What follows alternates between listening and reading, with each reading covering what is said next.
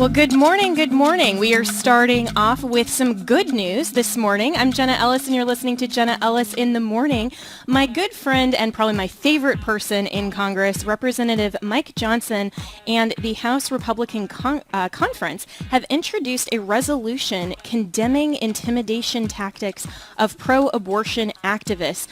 This comes as the Republican majority is finally doing some good things. So I have Congressman Johnson with me today on the phone. Congressman, thank you so much for joining me this morning. And this resolution, I think, is really important, and you're planning to introduce it today. So what is this all about?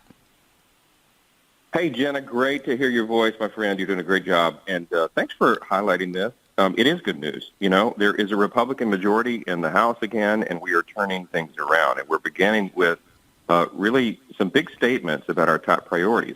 Our first day of Congress this week, we repealed the 87,000 IRS agents that the Biden administration tried to hoist upon working families and small businesses.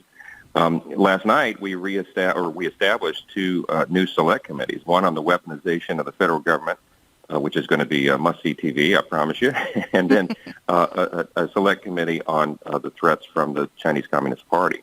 Today, House Concurrent Resolution number 3 is one that I authored, and it's a bill now. I think we have over 130 Republican co-sponsors on it. There'll be more as we go to the floor. But this is a very simple, very important piece of legislation, because what we're doing today is condemning the attacks that have been committed against pro-life facilities and groups and churches in the wake of the Dobbs opinion. And also we're calling upon the Biden administration to take action to bring the perpetrators to justice. We can't stand for violence and vandalism and intimidation and threats against people who are trying to help women when they have troubled pregnancies. And that's exactly what's happened. The federal government has done nothing about it, and it's time that we take a stand. This is a really great move, and I applaud you and commend you for this, and I hope that this will pass with a full Republican support. Do you expect any Democrats to go along with this and actually condemn violence in this context? Yeah, it's a great question, Jenna. I certainly hope so. I mean, I don't know the total number, but I think we had 150 or so Democrats join us on the resolution last night to create the new select committee about the Chinese threat, the threat from the Chinese Communist Party. So there are some reasonable people in the room, and hopefully they will join us on this one. Because, listen, regardless of where you are on the issue of legalized abortion, you ought to at least come along with us and condemn the property destruction and death threats and all of that that's been made against pro-life persons. Look, we live in America, and as you and I have discussed many times before, part of being in this country is respecting and living by the principles of free speech and the free exercise of religion and all of our fundamental rights. But because we have free speech here, we have the ability and we have the responsibility to listen to voices that we don't always agree with, right? I mean, that's part of the price of free speech, is that sometimes you're going to hear positions and advocacy that you don't agree with, but it doesn't mean you could go tear their property down or threaten to kill them. And, when the Supreme Court opinion in Dobbs reestablished the authority of individual states to prohibit the killing of unborn children, it sent some in the Democrat Party over the edge. I mean, these radical pro-abortion activists went off the deep end beginning last summer. We have over 100 incidences where they've gone after and destroyed and vandalized churches and pro-life centers and pro-life organizations. It is a blatant violation of federal and state law, and it needs to be prosecuted vigorously so that we send a message that this is not who we are in America. Yeah, and that makes so much sense. And there was a lot of, I think, intentional misframing of the Dobbs decision and what that actually did when that came out by the mainstream media and the liberal left that had been using just as a pretext to shut down the arguments of pro-lifers. Well, this is precedent. It's super precedent. It's magnificent precedent, or whatever their words were to describe it. And really, all the Dobbs decision did was return the issue of abortion regulation back to the states so that the state legislatures could rightly and properly contemplate how they would deal with that issue. And so as you are in Congress, one of the things that you once told me that I've never forgotten is that Congress is a team sport. And it is where you have to work with your colleagues from not just within your conference, but on the other side of the aisle. And we're seeing so much contention and vitriol, and I think the mainstream media loves to amplify that because it's great TV. But it actually did surprise me that there were a number of Democrats, quite a few, that voted for this select committee to hold China responsible and some other things. So when you're talking about some reasonable people across the aisle, what can you expect as a leader of the Republican conference to genuinely get done in Congress with this select committee, with other legislation that would then have to pass through the Senate as well? Well, we have a real challenge. We have to be realistic about the math, right? Because it is a team sport, and it's also about simple numbers, the vote counts. And so we have a very narrow majority in the House. It is a Republican majority, and we're going to use that. We're going to use that power to turn the ship of state around, and it's going to take some time because it is like the Titanic, right? But with a 3 or 4 vote margin on any vote, we don't have a lot of margin for error. So we're going to have to keep that team together, pulling together and advancing legislation that not only fulfills our commitments to America, but sends a strong message about the contrast between the two diametrically opposed visions for this country, the Republican Party and today's Democratic Party.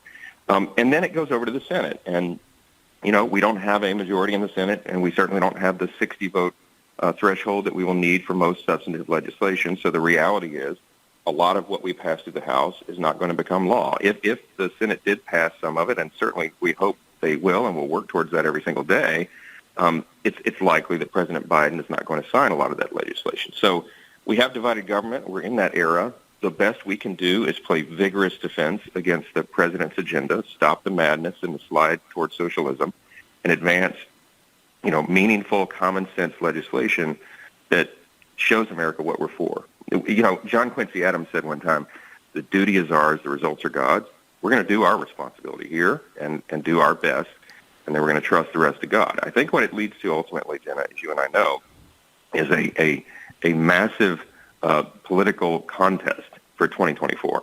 The White House is at issue again, of course, the control of the Senate and our continued control of the House. And so we have to show the American people between now and then what we're for, where we're headed, what we're going to do. I think if we do that effectively, we're going to have a great election cycle right ahead of us. Yeah, laying the groundwork to 2024 is, I think, the right approach, and that sort of realistic expectation of what can be done. But resolutions like this that are specifically condemning violence against abortion, or rather pro-life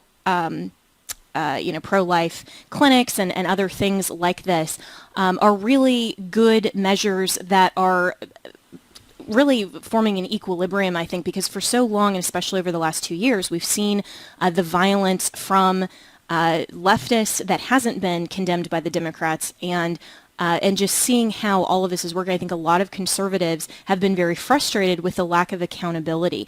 And in just the last 5 minutes or so that I have with you, Congressman Mike Johnson, for those who aren't as familiar with you, and they should be, everyone should follow Congressman Mike Johnson on social media, follow all of your media comments. I think it would be really encouraging for the AFR family listeners to know your worldview perspective on our system of government, and that you are a solid faith-based Christian as a leader of the Republican conference. So even though this is a large question for the last 5 minutes, talk to me about your perspective of government and why we are founded as a Christian nation.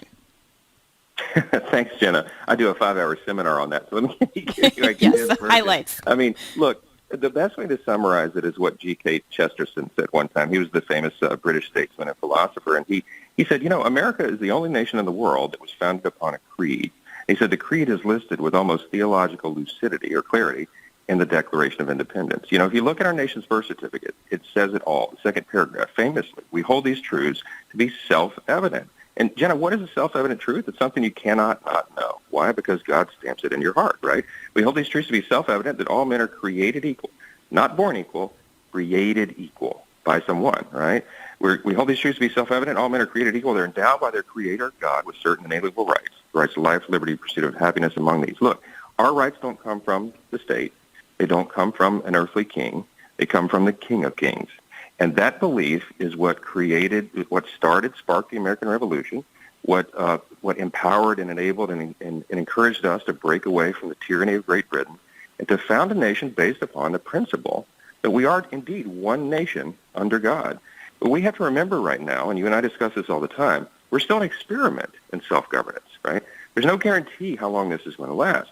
When the founders set it up, they said, you better be really careful, because if you're going to have a government of, by, and for the people themselves, you have to maintain some basic principles and foundations, one of which is the reminder that you are beneath God. It is one nation under God, truly, and by design, and that's the only way it's going to work. So you have to have, as Washington said in his farewell address, of all the dispositions and habits which lead to political prosperity, religion and morality are the indispensable supports. John Adams comes next. He says, look, our Constitution is made only for a moral and religious people. It is wholly inadequate to the government of any other.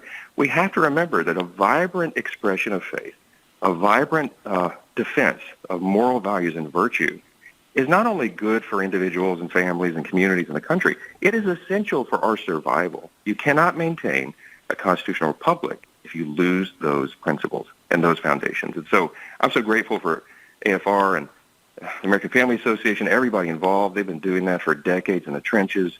When you and I were litigating cases, we would often assist and help AFA and sometimes AFRs for legal defense and counsel and all the rest. And I pray that in the days ahead that they remain as vigorous and engaged as they always have, because we're certainly going to need it.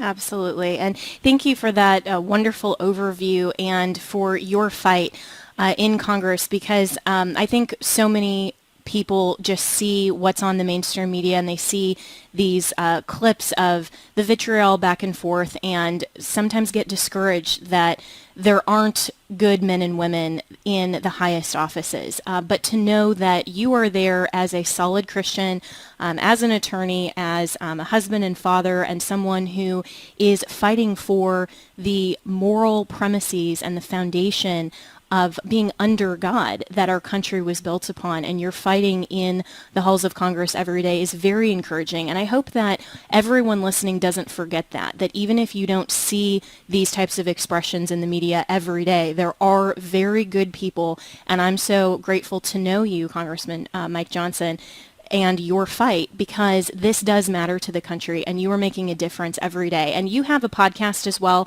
So how can people continue to listen to you? Yeah, thanks a lot. My wife, Kelly, and I, you know Kelly, we do a weekly podcast called Truth Be Told with Mike and Kelly Johnson. It's on all the podcast platforms, or you can go to that website at mikeandkellyjohnson.com. Look, every day we unpack it. We do what you're doing, but from inside the Capitol, we look at current events, political issues, the big news of the day from a biblical perspective. And how are we supposed to think about that as believers? What are we supposed to do about it? And we're just kind of unpacking these insights every week. It's been a lot of fun. It's got a huge national audience. We've been really blessed and honored by that. And that's wonderful. And so it's Mike and Kelly, and it's Kelly. So Mike That's and right. Kelly, so Mike and Kelly. And so listen to that podcast, and I'm so grateful. Thank you for your friendship, your mentorship of me. I mean, a lot of these ideas and some of these things in my conversations with you have been truly impactful on my ability to speak truth to everyone. So thank you for that. Thank you for what you're doing, and I will be praying, and I know everyone will be praying for the passage of that resolution. Keep up the good fight, and God bless you. Thank you so much for coming on, and look forward to many other conversations, Congressman. Thank you. You got it. Talk to you soon. Thanks. Thanks. And